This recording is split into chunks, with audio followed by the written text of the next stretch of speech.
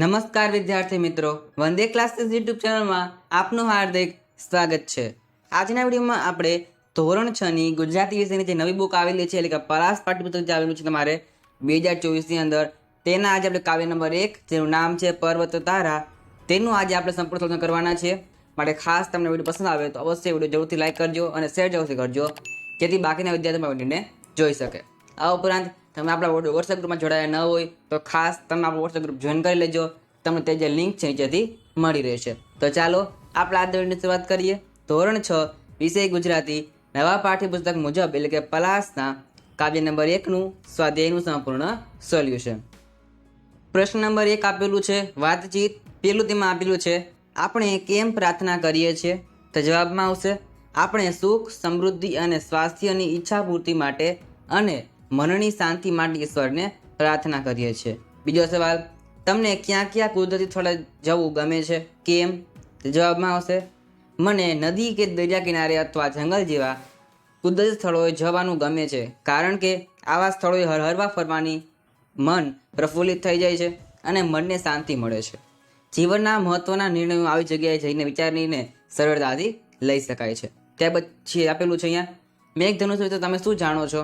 તો જવાબમાં આવશે ચોમાસામાં મેઘધનુષ્ય રચાય છે સૂર્યના કિરણો વરસાદના બિંદુ પર પડતા સફેદ રંગનું જાંબલી, નીલો, વાદળી, લીલો, પીળો, નારંગી અને રાતો એટલે કે લાલ એમ 7 રંગોમાં વિભાજન થાય છે અને મેઘધનુષ્ય રચાય છે। ચોથો સવાલ, નદી, સરોવર, દરિયો, પર્વત વગેરે કેવી રીતે બન્યા હશે? તો જવાબમાં આવશે ધરતીકંપ, સુનામી જેવી કુદરતી હોનારતના દરમિયાન પ્રચંડ ભૂસ્તરે ફેરફારો થયા છે, જેને કારણે નદી, સરોવર, દરિયો, પર્વત વગેરે બન્યા હશે। પાંચમો સવાલ ત્યાર પછીનો, આપણે ઈશ્વરને તું કહીને કેમ સંબોધીએ છીએ? તો જવાબમાં આવશે ઈશ્વર સાથે આપણા આત્મીયતાનો સંબંધ હોય છે। આપણે આપણા સુખ દુઃખની જાણ ઈશ્વરને પ્રાર્થના કરીએ તે દરમિયાન કરતા હોઈએ છે। તે આપણા દુઃખ હરતા છે, તેથી આપણે ઈશ્વરને તું કહીને સંબોધી શકીએ છીએ। તે પછી પ્રશ્ન નંબર બીજો, ઉદાહરણ મુજબ વાક્ય જોડવાના રહેશે ને તો વાક્ય બનાવવાના છે। અહીં તમારે પેલું આપેલું છે દરિયો વિશાળ અને ખરાશ, તે વાક્ય બનાવી શકીએ આપણે કે વિશાળ દરિયાની ખરાશ વડે મીઠું પકાવવામાં આવે છે। બીજું છે સૂર્ય, આકાશ અને ગરમી, તેમાં વાક્ય બનાવી શકીએ આપણે કે આકાશમાં રહેલો સૂર્ય ઉનાળામાં પૃથ્વી પર અસહ્ય ગરમીનો અનુભવ કરાવે છે। ત્યાર પછી આગળ વધીએ, અહીંયા આપેલું છે મેઘધનુષ્ય, રંગ અને વરસાદ, અહીંયા આપણે બનાવી શકીએ વરસાદ પછી મેઘધનુષ્ય પોતાના રંગ પૃથ્વી પર વેરે છે। ત્યાર પછી અહીંયા આપેલું છે સિંહ, ત્રાળ અને કેસવાળી, તેમાં બનશે વાક્ય કે સિંહ પોતાની કેસવાળી અને ત્રાળને લીધે સાચે જંગલનો રાજા લાગે છે। પાંચમું આપેલું છે નદી, કાંઠો અને પ્રવાહ, તેમાં વાક્ય બનાવી શકીએ આપણે કે નદીના ધસમસતા પ્રવાહમાં સામા કાંઠે પહોંચવું બહુ મુશ્કેલ હોય છે।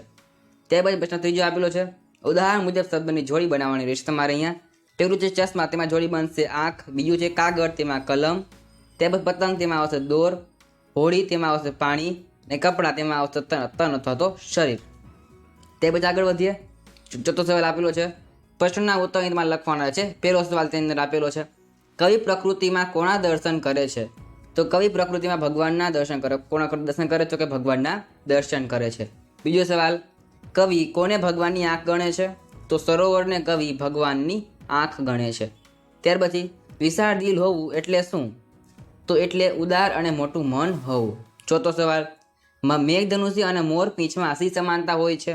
તો જવાબમાં આવશે મેઘધનુષ્ય અને મોરપીંછ બંનેમાં રંગોનું સુંદર સંયોજન જોવા મળે છે। સંયોજન એટલે કે ભેગા થયેલા હોય છે ઘણા બધા રંગો, એટલે કે જે સુંદર રંગોનું સંયોજન જોવા મળે છે।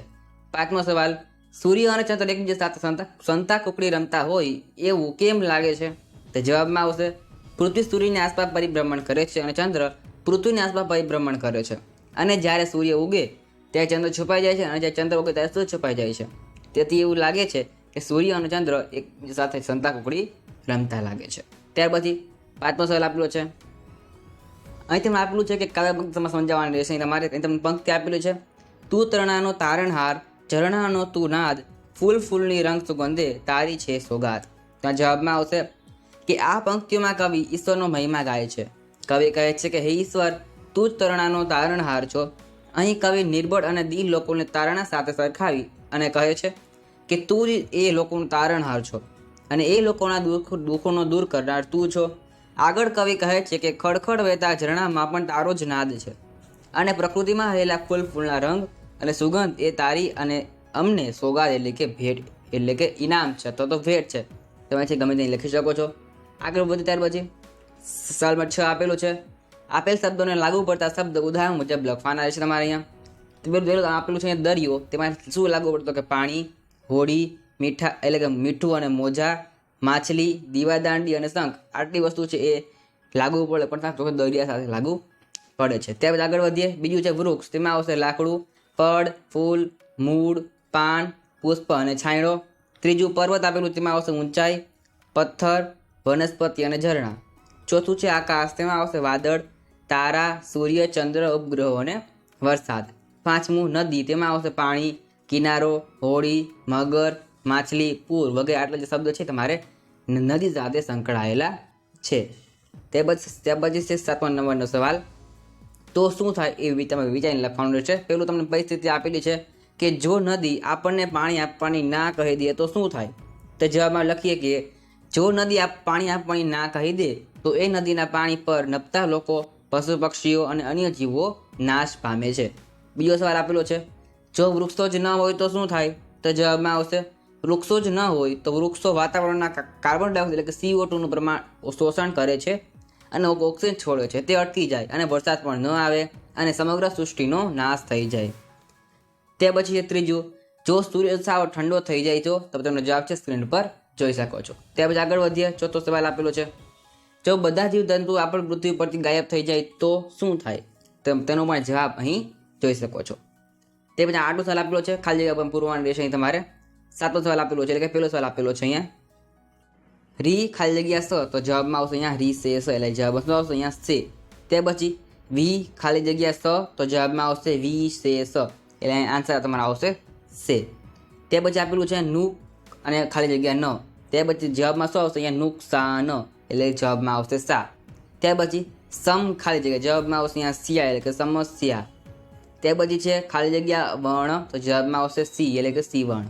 ત્યાર પછી ખાલી જગ્યા કાર, તો જવાબમાં આવશે શિકાર એટલે કે જવાબમાં આવશે સી એટલે આખો શબ્દ બનશે મારે શિકાર. 5મું છે ખાલી જગ્યા રોવર, તો જવાબમાં આવશે અહીંયા સ એટલે કે સરોવર. 6થું ખાલી જગ્યા બાસી, તો જવાબમાં આવશે સા એટલે કે શાબાસી. તે પછી સવાલ નંબર 9 આપેલું છે ઉદાહરણ મુજબ વાક્ય શબ્દ રચના બનાવવાની છે તમારે અહીંયા. પેલું આપેલું છે તારે તે, જવાબમાં આવશે તારણહાર.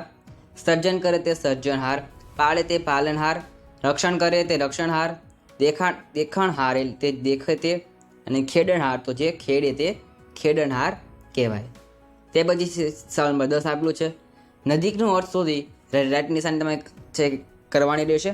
પેલું આપેલું છે તેમાં ફૂલની સુગંધ તે તારી છે સોગાત, તો જવાબમાં શું આવશે અહીંયા બ એટલે કે ફૂલોની સુવાસ અને સુગંધ એ કુદરતની ભેટ છે. આન્સર આવશે અહીંયા તમારે બ. તમારે ત્યાં છે એ નિશાન છે તમારે અહીંયા કરવાની રહેશે. બીજું છે તું તરણાનો તારણહાર, ઝરણાનો તું નાદ, તો જવાબમાં આવશે ક.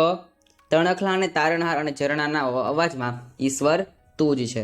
ત્રીજું આપેલું છે એમાં મારી હોડીને આ કોણ હંકારે, જવાબમાં આવશે અ એટલે કે મારી જીવન નૈયાને કોણ ચલાવતું હશે.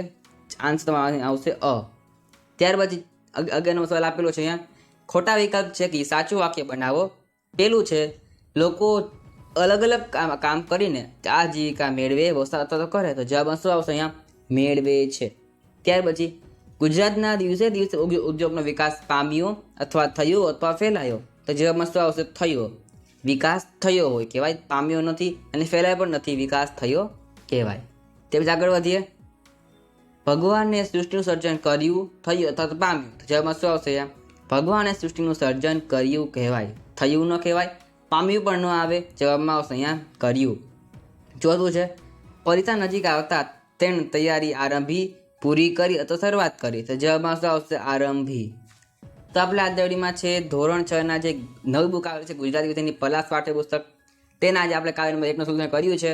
આપણે જે બાકીના જે મૂકેલા છે તમે જે ઉપયોગી રહેશે તો ખાસ તમે તે વિડીયોને જોઈ લેજો, અને વિડીયો ગમ્યો તો જરૂરથી વિડીયોને પણ લાઈક કરી દેજો. તો આજના વિડીયોમાં આટલું જ. મળશું નવા વિડીયો સાથે. જય હિન્દ, જય ભારત.